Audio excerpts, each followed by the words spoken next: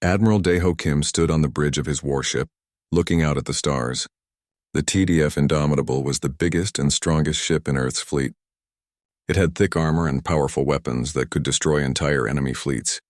Daeho had been commanding warships for 20 years and he knew how to fight. The bridge was quiet except for the soft hum of computers. Captain Bo-Ram Lee sat at her station, checking reports from different parts of the ship.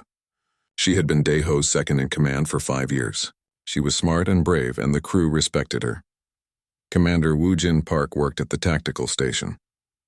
His job was to plan battles and make sure their weapons worked perfectly. He was famous throughout the fleet for creating new ways to fight in space. Other captains came to him for advice when they faced tough enemies. Lieutenant Hyojin Nam sat at the communications desk. She listened to radio signals from across the galaxy. Most days she heard normal traffic between trade ships and military vessels. Sometimes she picked up news broadcasts or emergency calls. Today felt different, though. Dr. Sunmi Choi worked in the computer center below the bridge. She was an expert with artificial intelligence systems. The ship's main computer was so advanced it could think almost like a human. Sunmi taught it new things and helped it solve difficult problems. They were patrolling near the Kepler Nebula, a huge cloud of colorful gas and dust. Many ships passed through this area because it was a shortcut between two major star systems.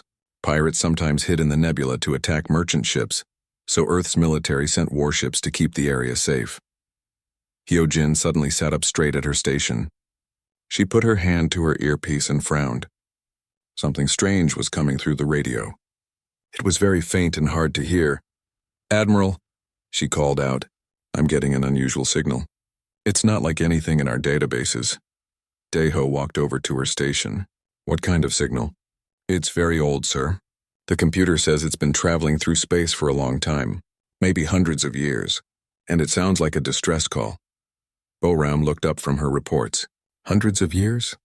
That's impossible. No one had faster-than-light communication back then except us and a few other advanced species. That's what makes it strange," Hyojin said. "The signal is coming from outside our normal patrol area. Way out on the rim of known space." Daeho felt curious. In all his years of commanding warships, he had never encountered anything like this. "Can you clean up the signal? Make it clearer?" "I'll try, but I might need help from Dr. Choi and the main computer." 20 minutes later, Sunmi arrived on the bridge with her portable computer tablet. She connected it to the communication system and started working on the strange signal. The main computer began analyzing the data, looking for patterns and trying to translate the message. "It's definitely a distress call," Sunmi said after studying the information. "But the language is completely unknown. The computer is trying to figure out what it means by looking at mathematical patterns and repeated phrases." Woo-Jin joined them at the communications station. "If it's been traveling for hundreds of years, whoever sent it is either dead or the problem is long over." "Maybe," Daeho said. "But what if it's not? What if they're still out there, still waiting for help?" The computer finished its analysis and displayed the results on the main screen. Sunmi read the translation out loud. "Please help us. We are the Vallani people of the fourth world in the Zeta system. Our home is under attack. We cannot fight back. We do not know how to make weapons. The Keth are taking our people and destroying our cities. If anyone receives this message, please come. We are running out of time." The bridge became very quiet. Everyone stared at the message on the screen. These people, the Vallani, had sent a cry for help across the galaxy. It had taken 200 years to reach Earth. "Computer, search for information about the Vallani and the Keth," Daeho ordered. "No records found for either species in Galactic Council databases," the computer replied. Bo-Ram stood up from her chair. "Admiral, this could be dangerous. We don't know anything about these species or what we might find if we investigate. The signal is coming from way outside our patrol zone." "She's right," Woo-Jin added. "It could be a trap. Enemy forces sometimes send fake distress calls to lure our ships into ambushes." Daeho walked to the front of the bridge and looked out at the stars again. Somewhere out there, people might be suffering. They had sent a message asking for help, not knowing if anyone would ever receive it. For 200 years, that message had traveled through empty space carrying their hope. "What if it was Earth?" he asked quietly. "What if our world was under attack and we sent a message asking for help? Wouldn't we want someone to come even if it took hundreds of years?" Hyojin checked her instruments again. "The signal is definitely coming from the Zeta system. About 3 weeks' travel from here at maximum speed. Sunmi looked at her computer. I can keep working on the translation. Maybe there's more information hidden in the signal. Daeho made his decision. Set course for the Zeta system. Full speed, sir, Boram said carefully. This goes against Galactic Council protocols. We're supposed to report unusual contacts before investigating. The Galactic Council moves slowly, Daeho replied. They would spend months debating whether to send a ship. If these Villani people are really in trouble, they don't have months. Wu Jin began calculating their route. We'll need to refuel at the mining station in the Kepler system. After that, it's empty space until we reach their coordinates. As the Indomitable changed course and accelerated toward the unknown, Daeho wondered what they would find. The message was old, very old. The situation could have changed completely, but something deep inside told him they were doing the right thing. No cry for help should go unanswered, no matter how old or how far away it came from. That was what made humans different from other species in the galaxy. They never gave up on each other, and they never ignored someone in need. The stars stretched into lines as the ship jumped to faster-than-light speed, carrying them toward whatever waited in the darkness. The Indomitable was not traveling alone anymore. 2 more Earth warships had joined them after Admiral Daeho Kim sent a coded message to Fleet Command. The heavy cruiser Retribution arrived first, commanded by Captain Tae Young-yoon. It was smaller than the Indomitable, but carried more missiles and could move faster in battle. The second ship was the stealth frigate Nightfall, under Captain Yoon Seo Kang. It was the smallest of the 3 ships, but the hardest to detect. The Nightfall could sneak past enemy sensors and attack without warning. Captain Kang was known for being very clever in combat. Together, the 3 ships formed Battle Group Hermes. They traveled through space toward the unknown Zeta system, following the old distress signal. Each day of their journey, they discovered more troubling things. Dr. Sunmi Choi worked day and night with the ship's computer, trying to learn more about the signal. She found pieces of other messages mixed in with the Villani distress call. These were much newer, only a few years old. I'm finding evidence of battles, she told Admiral Kim during a meeting in the ship's conference room. Radio signals from destroyed ships, emergency broadcasts that were cut off suddenly. Commander Woo Jin Park studied the tactical data on his portable screen. The pattern is disturbing. Entire star systems have gone silent. First we detect normal communications, then military emergency signals, then nothing at all. Captain Yoon appeared on the main screen, speaking from the bridge of the Retribution. We've been scanning the systems we passed through. Many of the planets show signs of massive mining operations. Someone stripped them of all their resources. Who would do such a thing? Asked Captain Boram Lee. Dr. Hyunwoo Jang, the fleet's expert on alien lifeforms, had been studying all the data they collected. He was a quiet man who spent most of his time in the science labs, but his knowledge of different species was unmatched in Earth's fleet. I think I know, Dr. Jang said. The pattern matches theoretical models of a consuming species. They take everything useful from a planet and move on to the next one. They don't trade or negotiate. They just consume. Admiral Kim felt a cold feeling in his stomach. You mean the Keth from the original message? Most likely. And if they've been doing this for 200 years, they must have a massive empire by now. The journey continued for another week. They stopped at a small trading station to refuel and gather information. The station was nearly empty, and the few traders there seemed nervous and afraid. The station manager, an elderly man from the Centauri colonies, met them at the docking bay. You're Earth military? What are you doing way out here? Investigating reports of hostile activity, Admiral Kim replied. Have you seen anything unusual? The man looked around nervously. Unusual? Everything's been unusual for the past few years. Ships disappear. Whole colonies stop sending messages. Trade routes that have been safe for decades are now too dangerous to use. Captain Kang stepped forward. Her ship was designed for gathering intelligence, and she knew how to ask the right questions. What exactly have you seen? Dark ships, the man whispered. No lights, no identification signals. They move through systems like ghosts, and after they leave, nothing is the same. We found a merchant vessel last month completely empty.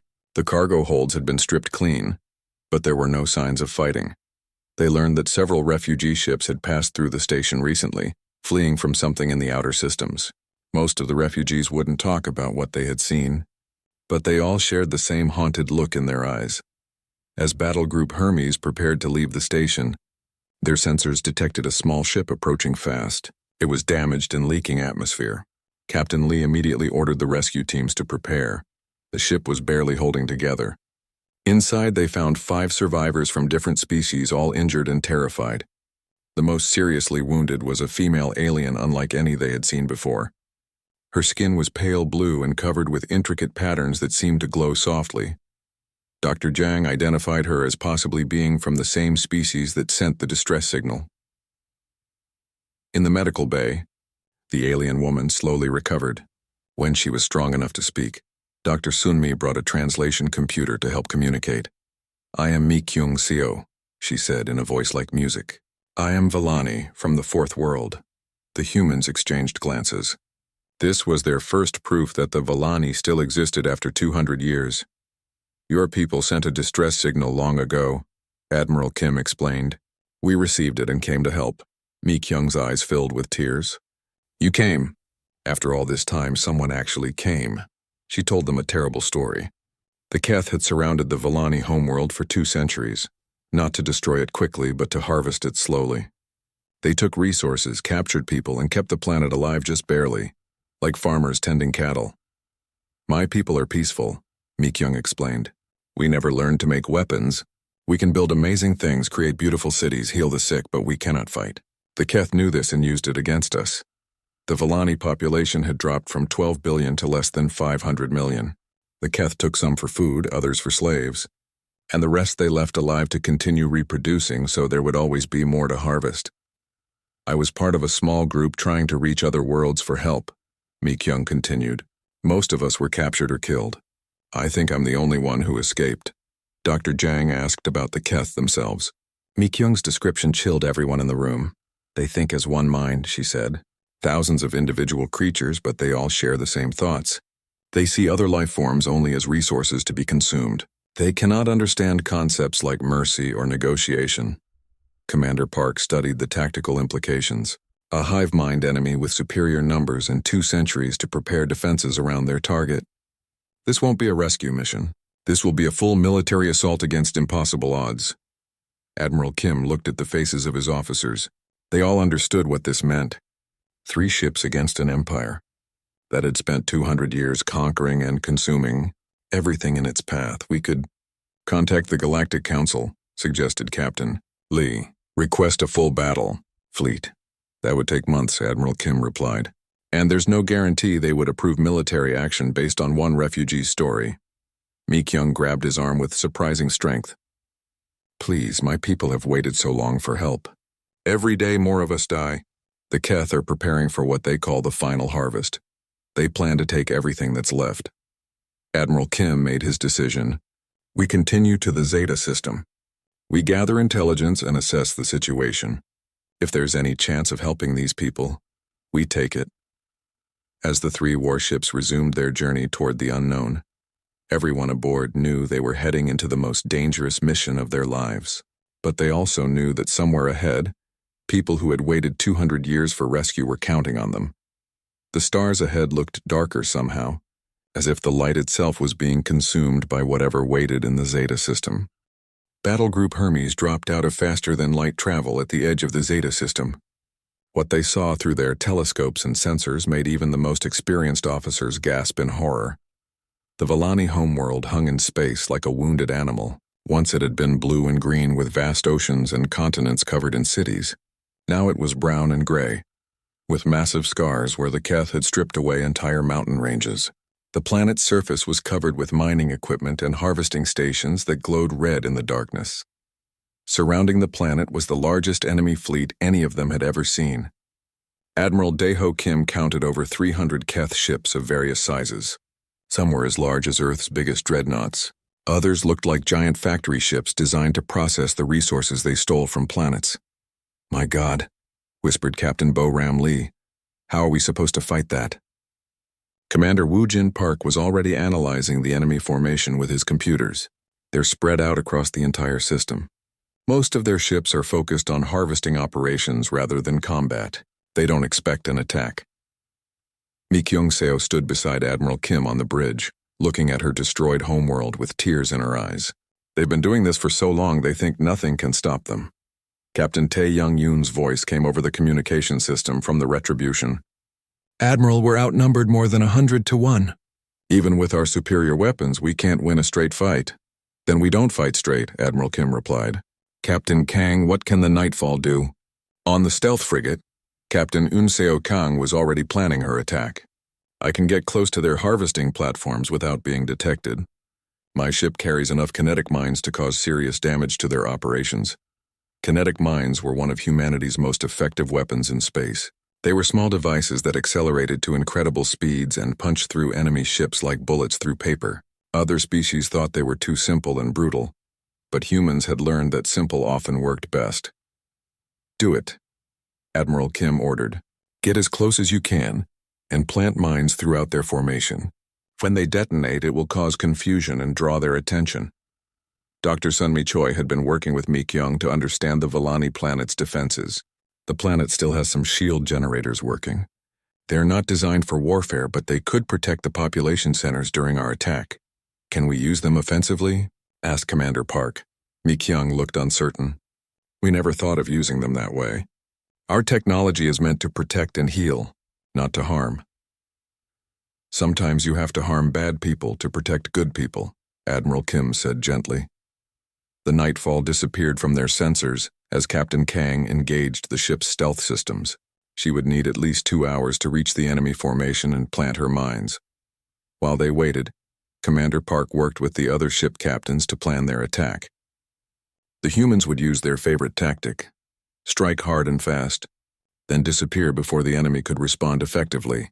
The Keth command ships are here. Here and here, Park pointed to his tactical display. If we can destroy or disable them, it might disrupt their coordination. Dr. Hyun-woo Jang had been studying everything Mi Kyung told them about the Keth hive mind. Their greatest strength is also their weakness.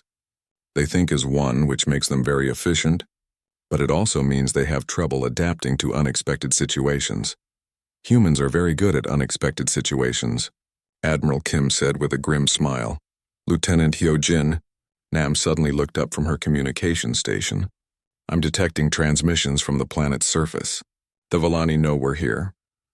On the main screen, they could see faint lights beginning to appear in the cities below. After 2 centuries of darkness and fear, the Vellani people were turning on lights to welcome their rescuers. That's going to make them targets, Captain Lee warned. They've been targets for 200 years, Mi Kyung said. At least now they have hope. Captain Kang's voice came over the radio. Mines are in position. 37 devices placed throughout their formation, ready to detonate on your command. Admiral Kim took one last look at the massive enemy fleet. 3 small Earth ships against an empire that had conquered dozens of worlds. The odds were impossible, but that had never stopped humans before. All ships prepare for battle. Remember, we're not just fighting for ourselves. We're fighting for people who have waited 200 years for someone to care about them. Nightfall, detonate the mines. Across the Keth formation, kinetic mines suddenly activated and accelerated to massive speeds. They tore through harvesting platforms and smaller ships like invisible hammers. Explosions bloomed in the darkness as vital equipment was destroyed. The Keth fleet immediately began to respond, but their movements were confused and uncoordinated. They had been focused on harvesting for so long that combat operations were secondary. Retribution, execute hammer and anvil, Admiral Kim commanded. Captain Yoon's heavy cruiser accelerated toward the largest group of enemy ships, firing missiles and energy weapons. The Keth ships turned to face this threat, exactly as the humans wanted. While the enemy focused on the Retribution, Admiral Kim brought the Indomitable around from a different angle. The massive dreadnought's main guns opened fire, destroying 3 Keth command ships before they realized they were under attack from 2 directions. Lieutenant Nam worked frantically at her station, using Earth's electronic warfare systems to jam Keth communications. I'm introducing random noise into their hive mind network. It's like giving them a headache. The battle raged for hours. Human ships darted in and out of the enemy formation like angry wasps, striking hard and then disappearing before the Keth could respond effectively. Dr. Sunmi worked with Mi Kyung to activate the planet's defensive systems. Powerful energy shields that had protected cities for centuries were reconfigured as weapons, firing beams of pure energy at Keth ships that came too close. but the humans were taking damage too. The Retribution's armor was cracked and several of its weapons were destroyed. The Nightfall had been detected and was being hunted by fast Keith fighters. "Admiral," Captain Lee reported, "we're running low on ammunition. We've destroyed maybe half their fleet, but more ships are coming from other parts of the system." Admiral Kim saw new contacts appearing on his sensors. Reinforcements were arriving from Keth bases in nearby star systems. Soon they would be outnumbered worse than before, but something had changed. The lights on the planet below were growing brighter. Mi-kyung was crying as she watched her people's cities come alive for the first time in generations. "Look," she whispered, "they're not hiding anymore." On the planet's surface, Villani engineers were working with the human technical teams that had been beamed down during the battle. Together, they were converting peaceful technology into weapons of war. Energy systems that had been used to grow crops were now firing at Keth ships. Construction equipment was being turned into missile launchers. The Villani were learning to fight. "We're not going to win this battle," Commander Park said quietly. "Maybe not," Admiral Kim replied. "But we're not going to lose it either." He opened a communication channel to all 3 ships and to the planet below. "This is Admiral Kim to all human and Villani forces. We came here to answer a cry for help that traveled 200 years through space. Today we've shown the galaxy that no one fights alone. No matter what happens next, remember that." As fresh Keth fleets closed in on their position, Admiral Kim began planning their next move. The siege was broken, but the real battle was just beginning. The fresh Keth fleets were bigger than the first one. Admiral Daeho Kim watched as hundreds more enemy ships approached from different directions. His 3 ships had fought bravely, but they were damaged and almost out of ammunition. Captain Tae Young-yoon's voice came over the radio from the badly damaged Retribution. "Hull breaches on 3 decks. Main engines at 50% power. We can keep fighting, but not for much longer." Captain Yoon Seo Kang and the Nightfall were being chased by fast Keth fighter ships through the asteroid field near the planet. "They've figured out how to track our stealth systems. We're not invisible anymore." Admiral Kim made a decision that surprised everyone. Instead of calling for help from Earth's military, he opened a communication channel to the Galactic Council. This was the organization that governed most of the civilized species in the galaxy. "This is Admiral Kim of the Earth Defense Force. I'm transmitting live from the Zeta system, where we discovered an ongoing genocide." Dr. Sunmi Choi quickly set up the transmission equipment to broadcast everything they were seeing. The horrible images of the Keth harvesting operations, the scarred planet, the brave Villani people fighting for their lives, all of it was being sent across the galaxy. "Admiral, what are you doing?" asked Captain Boram Lee. "I'm making sure the whole galaxy sees what's happening here," Kim replied. The Galactic Council moves slowly because they don't want to take risks. But when everyone is watching, they have to act. Lieutenant Hyo-jin Nam coordinated the broadcast while also jamming Keth communications. Signal is being picked up by news networks on 47 different worlds. It's spreading fast. Dr. Hyun-woo Jang provided scientific commentary for the broadcast explaining how the Keth represented a threat to all life in the galaxy. These creatures will never stop expanding. They cannot be negotiated with or reasoned with. They exist only to consume. On the planet's surface, Mi-kyung Seo was leading combined human and Villani engineering teams. They were working desperately to convert more peaceful technology into weapons. The Villani had incredible skills with energy manipulation, but they had never used it for warfare. "We can turn the city power grids into defensive weapons," Mi-kyung explained to the human engineers. "But we need to connect them all together." The humans taught the Villani how to create targeting systems and how to coordinate attacks. In return, the Villani showed them how to make their weapons more efficient and less likely to harm innocent people.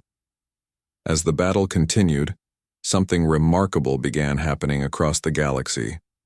The live broadcast was causing massive public protests on dozens of worlds. People of many different species were demanding that their government send military help to the Zeta system. But help would take weeks to arrive, and the battle would be over in hours. The Retribution was in serious trouble. Captain Yoon had lost most of his weapons and his ship was bleeding atmosphere. "Admiral, I don't think we can keep this up much longer." Admiral Kim looked at his tactical display. The Keth were regrouping for a massive counterattack. Their reinforcement fleets had arrived and were surrounding the planet. Soon there would be nowhere to run. Tae Young. he said quietly over a private communication channel. "You've been a good friend." "Daeho, what are you thinking?" Admiral Kim studied the enemy formation. The Keth Command Nexus ship was a massive vessel at the center of their fleet. It coordinated all their operations and controlled the hive mind network. If it could be destroyed, the entire enemy fleet would be thrown into chaos. But the Nexus ship was heavily protected. The only way to reach it would be to ram it with a large ship moving at full speed. "I'm going to take the Indomitable on a suicide run against their command ship," Admiral Kim announced to his bridge crew. Captain Lee stood up immediately. "No, I won't allow it. It's not your decision to make." "Yes, it is." Lee walked over to the security panel and entered her authorization code. "Computer, lock Admiral Kim in his quarters. Medical emergency override." The ship's artificial intelligence responded immediately. "Admiral Kim is confined to quarters. Captain Lee is now in command." Admiral Kim stared at his second-in-command. "Boram, what are you doing?" "Saving your life and doing what needs to be done," she replied. Security officers gently but firmly escorted Kim off the bridge. Captain Lee took the command chair and opened communications to the entire fleet. "This is Captain Lee, now commanding the Indomitable. All ships prepare for final attack run." She turned to Commander Woojin Park. "Set course for the Keth command ship. Maximum speed." "Captain," Park said quietly, "the ship won't survive ramming that vessel." "I know, but the people on that planet will survive. That's what matters." As the Indomitable accelerated toward the enemy command ship, Captain Lee opened a channel to the Retribution. "Taeyong, can you cover our approach?" "Of course. It's been an honor serving with you, Boram." The heavily damaged Retribution moved to intercept Keth fighters that were trying to stop the Indomitable's suicide run. Captain Yoon's ship had almost no weapons left, but it still had engines. "All hands prepare for ramming speed," Yoon announced to his crew. "We're taking out as many of them as we can." The Retribution smashed into a group of Keth cruisers, destroying them and itself in a massive explosion. Captain Yoon's last transmission was, "Give them hell, everyone." The Indomitable continued toward the command Nexus ship, its fusion reactors overloading to provide maximum power. Captain Lee sat calmly in the command chair as enemy fire tore through their armor. 30 seconds to impact, reported the tactical officer. In his locked quarters, Admiral Kim watched the bridge feed and felt proud of his crew. They were sacrificing themselves to save people they had never met, people who had waited 200 years for help. The Indomitable struck the Keth Command Nexus ship at incredible speed.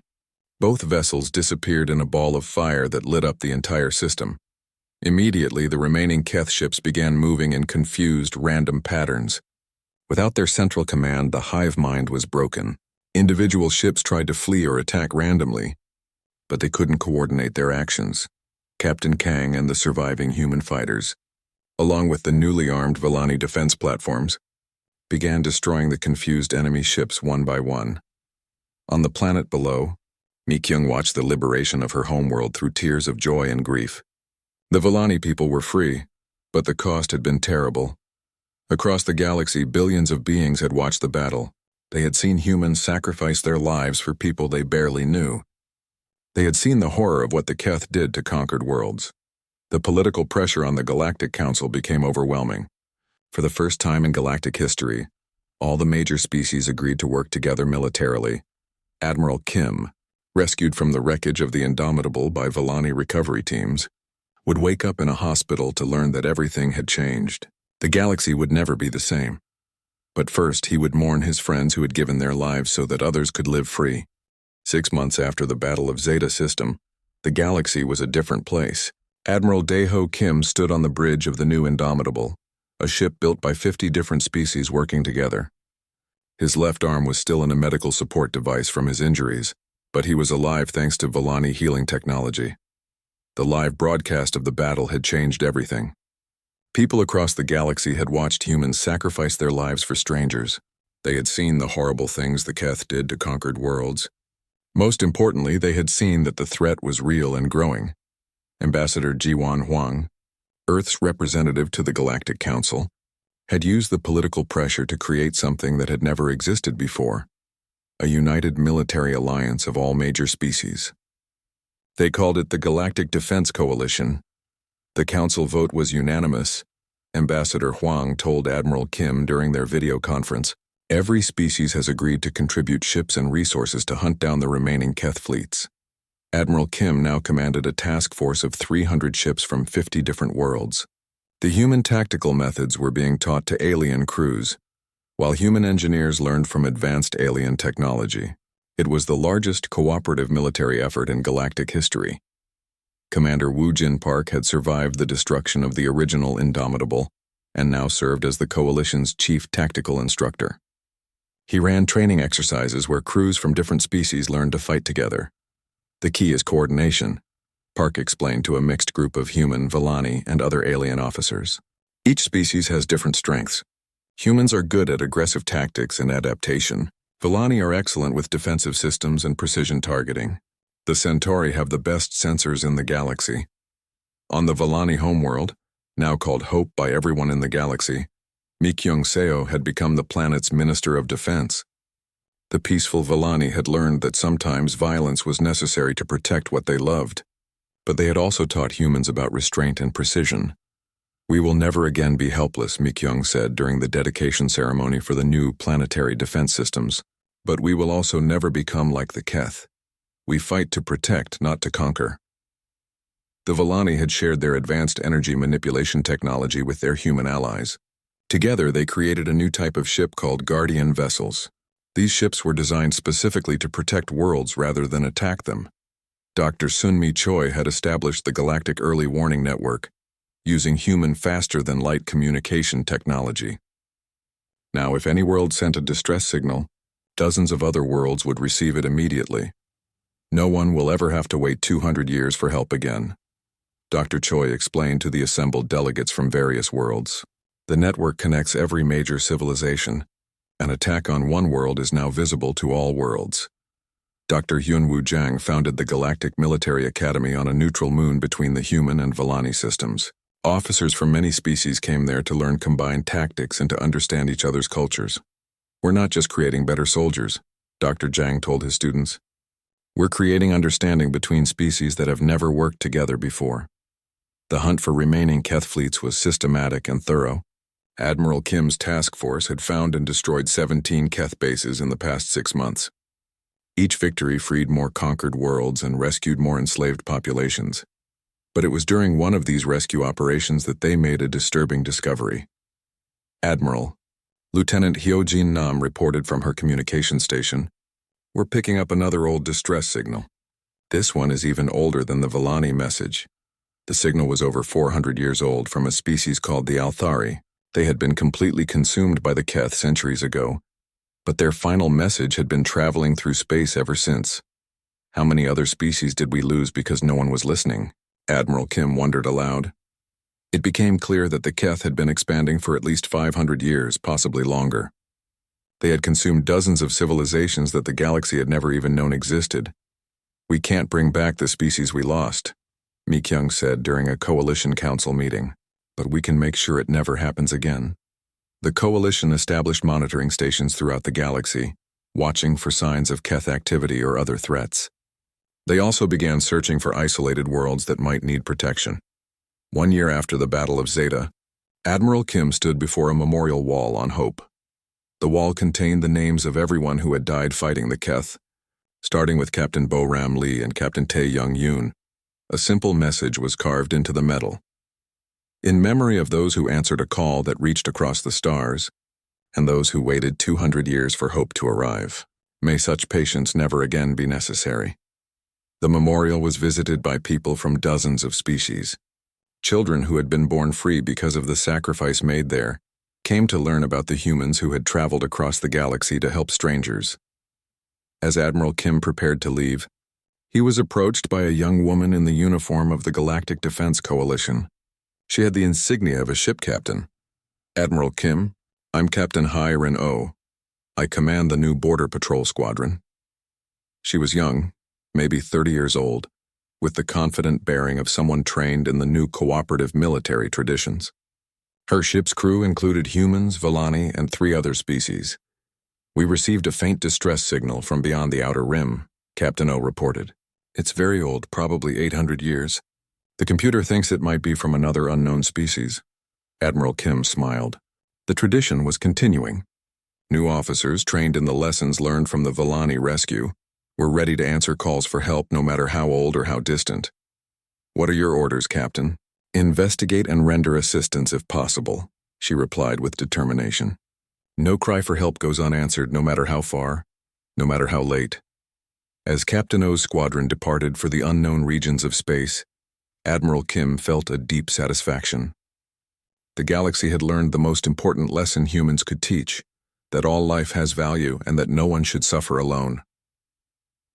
The Keth threat was not completely gone. There were probably still fleets hiding in distant parts of the galaxy. But now there was a system in place to find them and stop them. More importantly, there was a commitment by all civilized species to protect each other. Standing in the memorial garden on Hope, surrounded by flowers that grew in soil once poisoned by Keth mining operations, Admiral Kim looked up at the stars. Somewhere out there, Captain O and her diverse crew were following another desperate signal, ready to prove once again that help could come from across the galaxy. The message that had traveled 200 years through space had been answered, and the galaxy was better for it.